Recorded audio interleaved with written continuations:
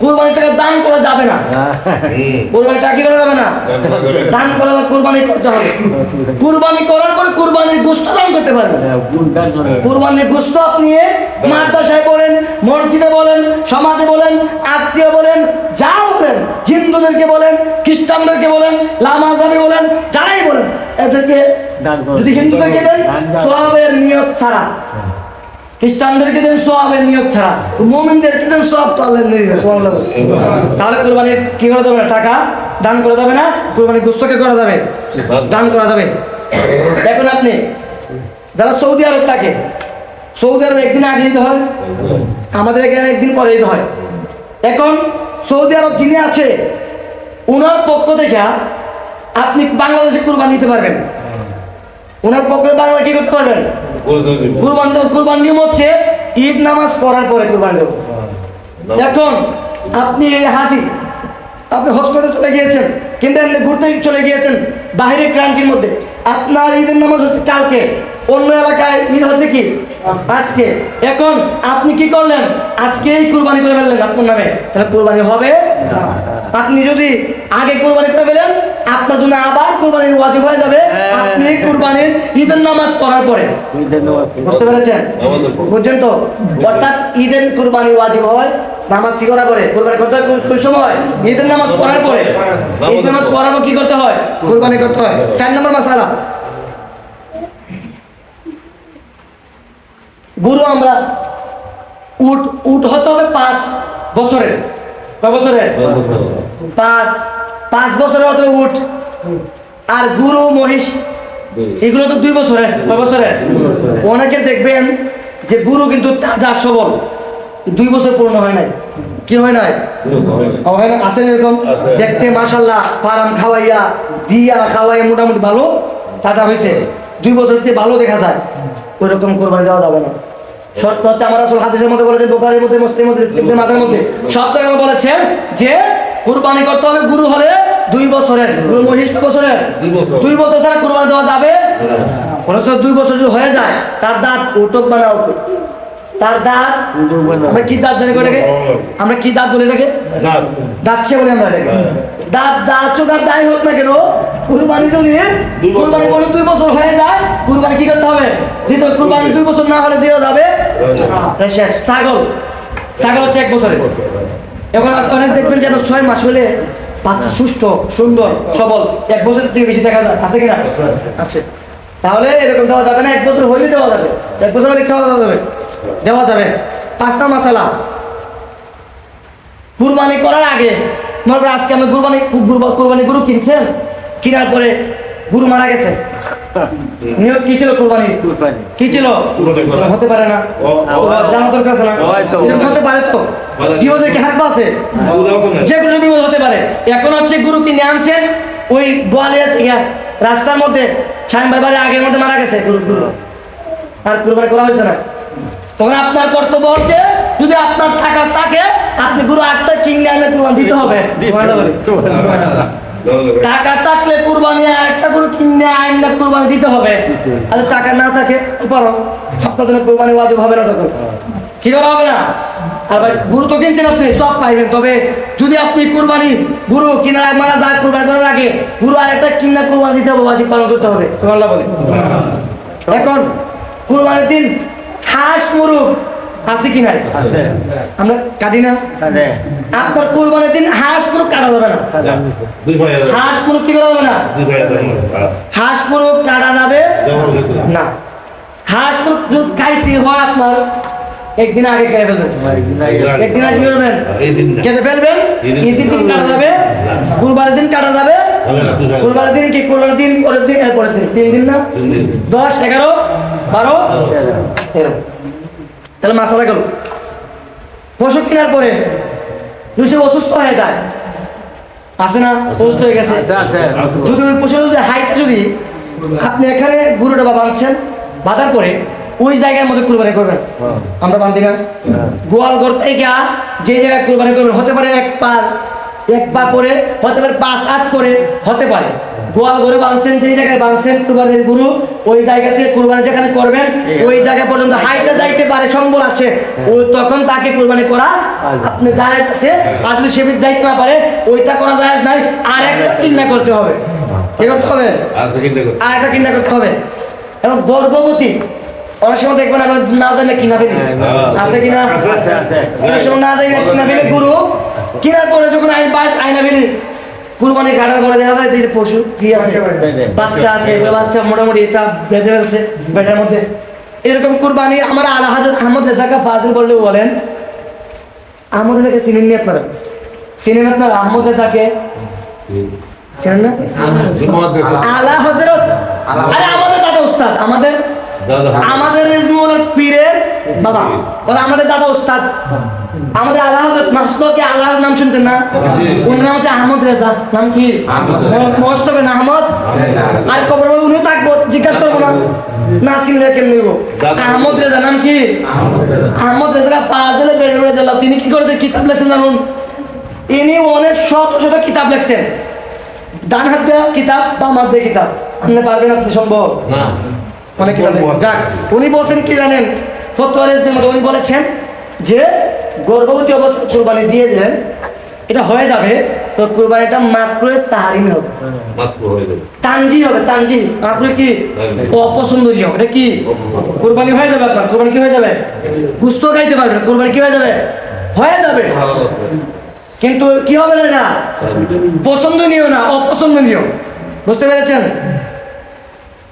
কুরবানির পশু কেনার পরে দেখবেন যে আমরা কিনে ফেলছি কুরবানি, কেনার পর মনে হচ্ছে আরে আমার ছেলের আকিকা দিতাম, আমার মেয়ের আকিকা দিতাম, আমার নাতির আকিকা দিতাম, আমার এই সেই কথা আছে কিনা? আমরা কেনার পরে, কুরবানির পশু কেনার পরে আমরা নিয়ত হয়েছে, প্রথম নিয়ত করছেন কি কুরবানি দিবেন গরু দিয়া, এই গরুটা কি করবেন? কুরবানি দিবেন। এখন আবার নিয়ত চেঞ্জ হয়ে গেছে, ইন্নামাল আমালু বিন, নিয়ত চেঞ্জ হয়ে গেছে যে না আমি পশু দিয়া কুরবানিও দিব, আবার কি দিব? আকিকা। এটা জায়েজ নাই, কি নাই? আপনার যদি নিয়ত করতে হয় কুরবানির পশু কেনার আগে নিয়ত করবেন যে আমার এই কুরবানি দিয়া আমার ছেলের আকিকা দিব, আমার মেয়ের আকিকা দিব, কিন্তু আমার নাতির আকিকা, নাতনির আকিকা দিব, তারপরে কুরবানির পশু কিনবেন। আর কেনার পর নিয়ত করেন তাহলে কোনোটাই হবে না। কি হবে না? এই জন্য আপনার কি করতে হবে? কুরবানির কেনার পশু কেনার আগে নিয়ত করে, ইন্নামাল আমালু বিন-নিয়ত, নিয়ত যদি সহিহ হয় আপনার কুরবানি সহিহ। বুঝতে পেরেছেন? মৃত ব্যক্তির পক্ষ থেকে, এখন মৃত ব্যক্তির পক্ষ থেকে শোনেন, আমরা বাবা মারা গেছে, দাদা মারা গেছে, মৃত ব্যক্তির পক্ষ থেকে কোরবানি করা। বিষয় হচ্ছে মৃত ব্যক্তি যদি বইলে যায়, মৃত ব্যক্তি মারার আগে যে আমি মারা যাওয়ার পর তোমরা আমার সম্পদে কিংবা তোমরা যদি পারো আমার কি করবা, আমার পক্ষ থেকে তোমরা কোরবানি, যদি উনি ব্যক্তি বলে তাকে, তাহলে ওই গুস্তটা কোনো বড় লোক খাইতে পারবে না, নিজেও খাইতে পারবে না। কি করতে পারবে না? নিয়ত কি করা? ওসিয়ত করা। এই ওসিয়তে গুরু গুস্ত নিজেও খাইতে পারবে না, বড় লোক খাওয়ানো যাবে, খাওয়াতে হবে কারা জানেন? গরিব মিসকিনকে। বুঝতে পেরেছেন? এখন মৃত ব্যক্তি ওসিয়ত করছে না, তার পক্ষ থেকে দিবেন, এটা তার জন্য ওয়াজিব না, তার জন্য নফল হিসাবে হবে। নফল হিসাবে কি হবে? আমার দাদা মারা গেছে, বাপ মারা গেছে, ওনার নামে কোরবানি দিবেন, নফল হিসাবে আল্লাহ ওনার আমল নামায় দান করবেন। সুবহানাল্লাহ বলি। এখন আপনার টাকা আছে, গরুর একটা কিনছেন, কেনার পরে আরো গরু কিনতেছেন, টাকা তো আছে, টাকা আছে না আপনার? অনেক টাকা আছে, 4-5টা গরু দেয় কি দেয় না? আপনার প্রথম হচ্ছে ওয়াজিব হচ্ছে একটা গরু আপনার ওয়াজিব হয়ে গেছে, আর বাকি যেগুলো দিবেন এবং নফল হিসেবে আল্লাহ পাক দান করবে। সুবহানাল্লাহ। কেমন দান করবে যেন আল্লাহ হাদিসের মধ্যে বলেন, একটা গরু যখন কুরবানি আপনি কুরবানি দিবেন, কুরবানি দেওয়ার মাধ্যমে কুরবানির গরুর রক্ত যখন মাটিতে পড়ার আগেই আল্লাহ সুবহানাহু ওয়া তাআলা ওই গরুর পশমের মধ্যে যত পশম আছে আল্লাহ সুবহানাহু ওয়া তাআলা আপনার আমলনামার মধ্যে ওই পশমের পরিমাণ সব দান করবে। অনেক গরু আছে পশম বেশি আছে কিনা, অনেকগুলো পশম নাই, আসেনি দেখো? অনেক গরু আছে পশম নাই, আবার আছে অল্প। অনেক গরু আছে পশমে ভরপুর। এখন পার্থক্য কি? ওই লোকে তো কুরবানি দিছে, আপনিও তো কুরবানি দিচ্ছেন, আপনার গরুর পশুর যে রুমগুলো আছে, পশমগুলো আছে ওটা বেশি, আমার গরুর পশম নাই, এটার কি হবে? আমার তার লোকে তার কি সব বেশি, আমার সব কম, এমন না। এমন কি না? এমন না। ওই যে আল্লাহ রাসূল বলেছেন গরুর পশমের পরিমাণ যত বেশি থাকবে, এখন যেটা বেশি আছে সবথেকে বেশি যে পশমটা আছে ওই পশমটার পরিমাণ সব আল্লাহ সুবহানাহু ওয়া তাআলা যে ব্যক্তির আছে পশম তারও দান করবে, যে ব্যক্তির নাই পশম তারও দান করবে। সুবহানাল্লাহ। বুঝতে পেরেছেন? অনেক করেছে আপনারা বেশি বললে আবার বলবো যদি বেশি আলোচনা করে। আলোচনা আপনাদের ভালোর জন্য আমরা করি। ভালো জন্য শিখছেন না অনেক কিছু, জানছেন না মাসালা। এখন মাসালা বন্টন ভাগ করেন না আপনারা, 3 ভাগ করেন না, এটা মুস্তাহাব। এটা কি এমন একটা প্রশ্ন থাকতে পারে, হুজুর আমার পরিবারের লোক তো অনেক বেশি আছে না, আমার পরিবারের লোক অনেক বেশি, কোন আমি হুজুর দিতে পারতাম না, আমি খাইলাই, সব খাইলাই হুজুর, আছে কি নাই? সব খাইলাই হুজুর, আমার পেট বড় হুজুর, আমি আসলে আমার মেয়ে আছে, ছেলে নাতি যা আছে সব আমার ফ্যামিলি আছে, আমি খেয়ে ফেলবো। খাওয়া যাবে, খাওয়া কি করা যাবে, তবে এটা শুভনীয় না, পছন্দনীয় না। খাওয়া যাবে, আরে আপনি পেট ভরে খাইবেন, আপনার গরিব পেট ভরে খাইতে পারবে না, একটা গুস্ত খাইতে পারবে না, আপনার কুরবানি কবুল হবে না? কুরবানি কবুল হবে? খাইতে পারবেন, তবে খাওয়ার নিয়ম হচ্ছে ইমামগণ বলছে তুমি 3টা ভাগ করো, তুমি পারো 2টা ভাগ খেয়ে ফেলো, খাও তুমি, খাইবার মন চাইছে খাও, খাও তো হারাম না, খাও তুমি খাইতে পারো। আরে একবার তুমি গরিব দেখে দাও না, তোমার ভাইকে দাও না, তোমার চাচাতো ভাইকে দাও না, ওই গরিব হাঁটি হাঁটা যায়, দেখবেন যারা কুরবানি দেয় তাদের মনের মধ্যে একটা হাসি, আর যারা কুরবানি দেয় না তাদের মনের মধ্যে দেখে একটা হাসি, দুইটার মধ্যে আকাশ আর পাতাল ব্যবধান। আর অনেক মানুষ আছে এই বছর সামর্থ্য ছিল কুরবানি দিচ্ছি, আগের বছর সামর্থ্য ছিল কুরবানি দিচ্ছি, এবছর সামর্থ্য নাই, ওই ছেলে দেখবেন জীবনেও ওই গুরুদেব কুরবানি দেয়, এর দেখার জন্য যায় না, দেখার জন্য যায় না, কেন জানেন? তার লজ্জা, তার লজ্জা হয় জন্য যায় না। এখন আপনি কুরবানি দিচ্ছেন, খেয়ে ফেলছেন, আমার ভাই যদি ঘরের মধ্যে শর্মে লজ্জায় বসে আছে, সে কি খাবে? এই জন্য ইমামগণ কি মাসালা দিয়েছেন আমাদের জন্য, বলেছেন বাবা রে তুমি খাও, তুমি ভাই যে খায় নাই তাকে বলো। আর একটা নিয়ম হচ্ছে যে কুরবানি দিতে পারে নাই তাকে ডাইকে ডাইকে আনেন, আই নাই ধরো তোমরা হাসি করেন। আর কুরবানি মানে কি জানেন? আমরা কুরবানি মনে করেন যে কুরবানি দিছে গোস্ত খাইছে শেষ না, কুরবানি দেওয়ার মাধ্যমে আপনার আমিত্ব, আপনার হিংসা, লোভ, লালসা, সুদ, ঘুষ, খারাপ খারাপ যা কিছু কাজ আছে সব ত্যাগ করার নাম কুরবানি। সুবহানাল্লাহ। সব ত্যাগ করার নাম কি? কুরবানি। এই জন্য হাবিলের কুরবানি আল্লাহ পাক কবুল করেছেন, কেন না? তিনি আল্লাহ পাকের মহব্বতে সব ত্যাগ করে দিয়েছেন। কেমন ত্যাগ করছেন? ওনার ভাই ওনাকে মেরে ফেলবে, তারপর উনি হাতের তরবারি নেন নাই, কেমন ত্যাগ করছেন? আপনি বলেন ওই বেটা তোর শক্তি আছে আমার শক্তি নাই, বললাম নাকি না? আমরা তোমার শক্তি আছে আমার শক্তি আছে, এ বললাম নাকি না? কিন্তু হাবিল বলছেন কি? হাবিল আলাইহিস সালাম বললেন না না না, তুমি আমাকে, আমি তো ত্যাগ করে দিয়েছি, আমার রাগ হিংসা লোভ সব ত্যাগ করে দিয়েছি, এখন তুমি আমাকে মারলো, তোমার উপরে হাত তুলবো? এখন আপনারা কুরবানি করার মাধ্যমে শত্রু যদি আপনার থাকে, পাড়া প্রতিবেশী আত্মীয় স্বজন যদি শত্রু থাকে, আপনার পাড়া প্রতিবেশীর ঝগড়া থাকে, সব ত্যাগ করে দেবেন। ত্যাগ করিয়া মিলেমিশে থাকবেন। বাবারে 2 দিনের দুনিয়া ইহকাল পরকাল সব ঠিক রাখার জন্য, আত্মীয়তার বন্ধনকে মজবুত রাখার জন্য আমার রাসূল সর্বদাই হুঁশিয়ার করেছেন। এক সাহাবী এসে দেখে ইয়া রাসূলুল্লাহ, তুমি গো আমার মা নাই, আমি আমার খেদমত করতে চাইছি, মন চাইতেছে, আমি কি করব? আমার রাসূল বলেন ও ব্যক্তি শুনো শুনো, তুমি তোমার খালা থাকলে খালার খেদমত করো, আমার খেদমত করা হয়ে যাবে।